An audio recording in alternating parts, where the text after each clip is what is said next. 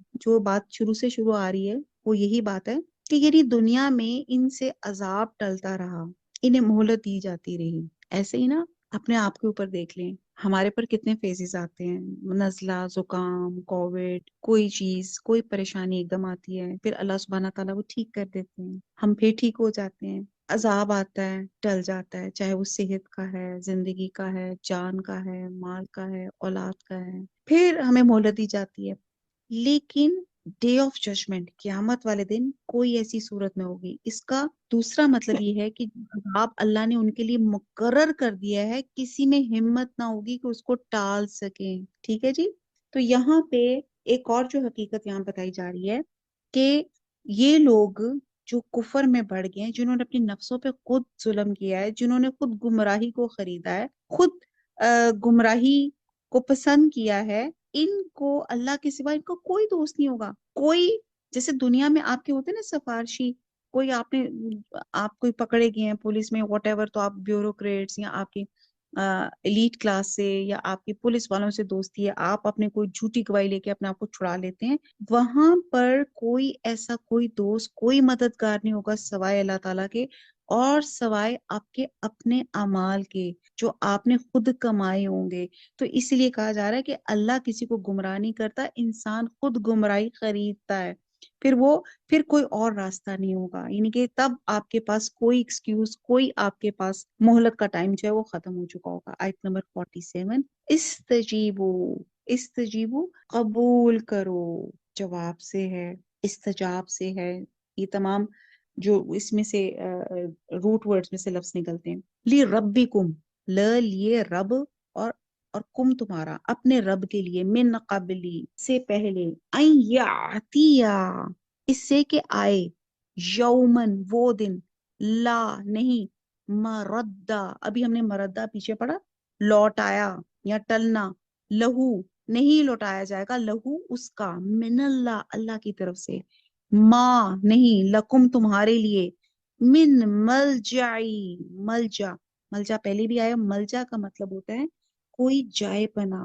Refugee, یعنی کہ کوئی جہاں سے آپ چھپ سکیں، پناہ گاہ۔ یوم ازن، یوم ازن اس دن، وما اور نہیں، لا کم تمہارے لیے، من نکیر، نکیر کوئی روکنے والا، مددگار۔ با محاورہ دیکھتے ہیں، ان سے کہہ دو قبل اس کے کہ وہ دن جو ٹلے گا نہیں، اللہ کی طرف سے آ موجود ہو، اپنے پروردگار کو حکم قبول کرو، اس دن تمہارے لیے نہ کوئی جائے پناہ ہوگی، نہ تم سے گناہوں کا انکار ہی بن پڑے گا۔ اب یہ پھر ڈے آف ججمنٹ والے دن کا سین چل رہا ہے۔ امیجن کریں، دنیا ختم ہو چکی ہوئی ہے، سب مر کے دوبارہ زندہ ہو چکے ہوئے ہیں، ٹھیک ہے؟ اب وہ اس دن کی بات کی جا رہی ہے کہ اس کے وہ دن جو ٹلے گا نہیں، اللہ کی طرف سے آ موجود ہوگا، یعنی کہ وہ آنا ہی آنا ہے، وہ دن، اس سے ہم کوئی بچ بھی نہیں سکتے۔ اب وہ دن آئے گا، لا مردہ کوئی لوٹایا نہیں جائے گا اللہ کی طرف سے، یعنی کہ اب فائنل سچویشن ہے، لوگ مر کے زندہ ہو کے عرفات کے میدان میں اللہ کے سامنے کھڑے ہیں، اللہ کو 1 to 1 اپنا حساب کتاب دے رہے ہیں۔ اب کوئی ایسی پاسبلٹی نہیں کہ وہ لوٹائے جائیں دنیا میں۔ ما لکم ملجا، یعنی کہ کوئی جائے پناہ نہیں ہوگی اس دن، کوئی آپ چھپ نہیں سکتے، کہیں اپنے آپ کو بچا کے نہیں رکھ سکتے، کہ میں اللہ کی نظروں سے، میں اس ڈے آف اکاؤنٹیبل، اتنا رش ہے، اتنی پوری دنیا، یعنی کہ جب سے دنیا پیدا ہوئی ہے اور قیامت تک کتنے انسان ہوں گے، سب کا حساب کتاب ہوگا. شاید میں کہیں چھپ جاؤں، کہیں اپنے آپ کو چھپا لوں، کچھ نہیں ہو سکتا اس دن. وَمَا لَكُم مِّن نَكِيرٍ، اور کوئی روکنے والا، نکیر کوئی مددگار بھی نہ ہوگا. اب نکیر کا مادہ نکر سے ہے، اور اس میں دو باتیں پائی جاتی ہیں. نمبر ایک اجنبیت، نمبر دو ناگواری. ٹھیک ہے، یعنی کہ اور یہاں پہ دونوں چیزیں اس دن ہوں گی کہ، اور نکر ہوتا ہے جیسے کہ ناگوار، نازیبا، نامعقول چیز، اور نکیر کے معنی ہوتے ہیں ناگوار، نازیبا، ایسی چیز جس کو دیکھ کے بندہ ناک منہ چڑھاتا ہے نا، ناراضگی کا اظہار کرتا ہے. اور نکر کے معنی کسی چیز کو بگاڑ دینا بھی ہوتا ہے، اس کی شکل بدل دینا بھی ہوتا ہے. تو اس لحاظ سے اس جملے کے کئی مطلب بن جاتے ہیں. ایک تو ترجمے سے ظاہر ہے، ترجمہ ہم نے کیا کہ من نکیر کو کوئی روکنے والا نہیں ہوگا. ٹھیک ہے. دوسرا معنی کہ تم اجنبی نہیں ہوگے، تمہیں سب جانتے ہوں گے، پہچانتے ہوں گے. ٹھیک ہے. تیسرا مطلب یہ ہے کہ بھیس بدل کر چھپ نہ سکو گے.